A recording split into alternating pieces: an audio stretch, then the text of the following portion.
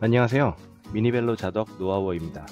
오늘은 제가 최근 시리즈로 올리고 있는 유사 브롬톤 민트 리뷰를 통합하여 동영상으로 제작해 보았습니다. 이렇게 3단으로 작게 접히는 미니벨로의 원조는 브롬톤인데, 브롬톤의 디자인 특화가 풀리면서 이러한 스타일의 미니벨로들이 많이 출시가 되었습니다. 저도 브롬톤을 외장 7단 튜닝을 해서 타고 있는데요. 이번에 꼬맹이용으로 민트 외장 9단을 한번 구입해 봤습니다. 우리에게 잘 알려져 있는 파이크와 360는 브롬톤의 디자인 특화가 풀리면서 나온 제품들입니다. 360는 참고로 22년 하반기부터 이름이 노브로 변경되어 출시되고 있습니다. 민트는 22년 하반기에 아주 가성비가 좋게 출시되어 인기몰이를 하고 있습니다. 한국에서는 초반에 아무래도 인지도를 올리기 위하여 유사 브롬톤 민트로 마케팅을 실시하고 있습니다. 원래 정식 명칭인 민트 트라이폴드보다 아무래도 유사 브롬톤이라고 얘기하면 브롬톤처럼 3단으로 접히고 모양이 비슷하겠구나 라고 사람들이 생각할 것을 염두에 둔 전략인 것 같습니다. 저도 이 가성비 좋게 출시된 민트를 구매했는데요. 일단 다양한 선택지가 마음에 들었습니다. 다양한 색상들을 이 화면에서도 보실 수 있는데요. 아까 말씀드린 것처럼 그 중에서는 저는 특히 꼬맹이가 갖고 싶어 했던 핑크색, 연핑크색을 구매를 했습니다. 브롬톤으로 매칭해 본다면 베이비 핑크 블랙 에디션 색상이 되겠습니다. 너무 예쁘죠? 디자인은 개인 취향이니 수많은 선택 가능한 색상 중에서 선택하시면 되겠습니다. 또 중요한 정보는 민트는 커스텀 색상 주문이 가능합니다. 핸들바를 선택하시고 이 많은 색상 중에서 저는 일단 레드를 한번 선택해 보겠습니다. 타이어는 순정 타이어보다는 고압 타이어를 추천드리고 싶고요.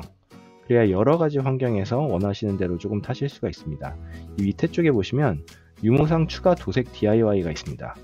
여기서 전체 도색을 원하는 색깔로 선택하실 수도 있고 탑 튜브만 도색을 하거나 챕터 3 같은 모양으로 만들 수 있겠죠. 앞 포크만 도색할 수도 있습니다. 이렇게 해서 선택을 하게 되면 해당 추가금이 붙으면서 총액이 올라가게 됩니다. 이게 총 상품 금액이고요. 여기에 이제 직구를 하기 때문에 관세와 부가세가 더해지게 됩니다. 관세 부가세는 약 10% 정도 예상을 하시면 되는데요. 이게 경우에 따라서 조금 더 높게 나오거나 약간 덜 나오는 경우도 있으니 참고하시면 좋겠습니다. 자, 그러면은 개봉기를 본격적으로 시작해 보겠습니다.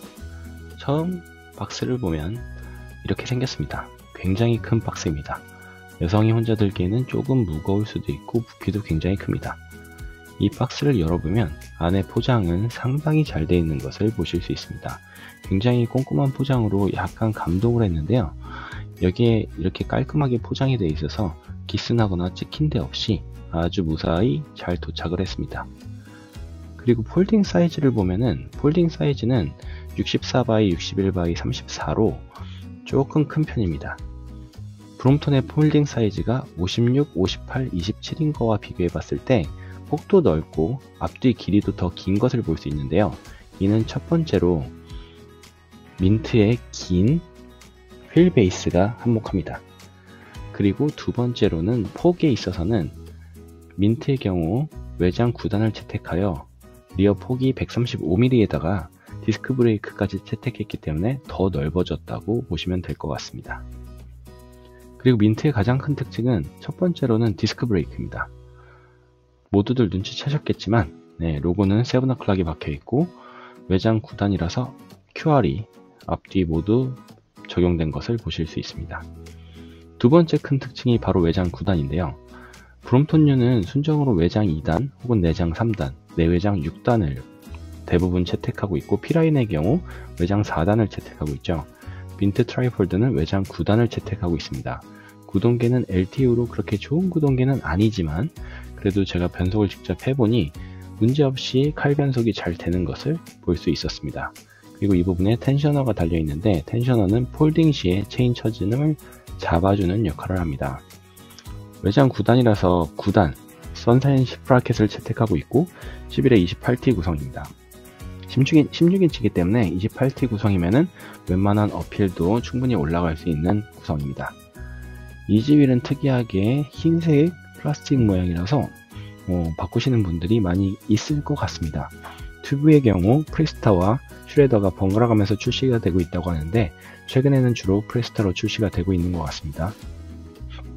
타이어는 주문하실 때 고르실 수가 있는데 저압 타이어와 고압 타이어가 있습니다. 테너의 경우 고압 타이어고요.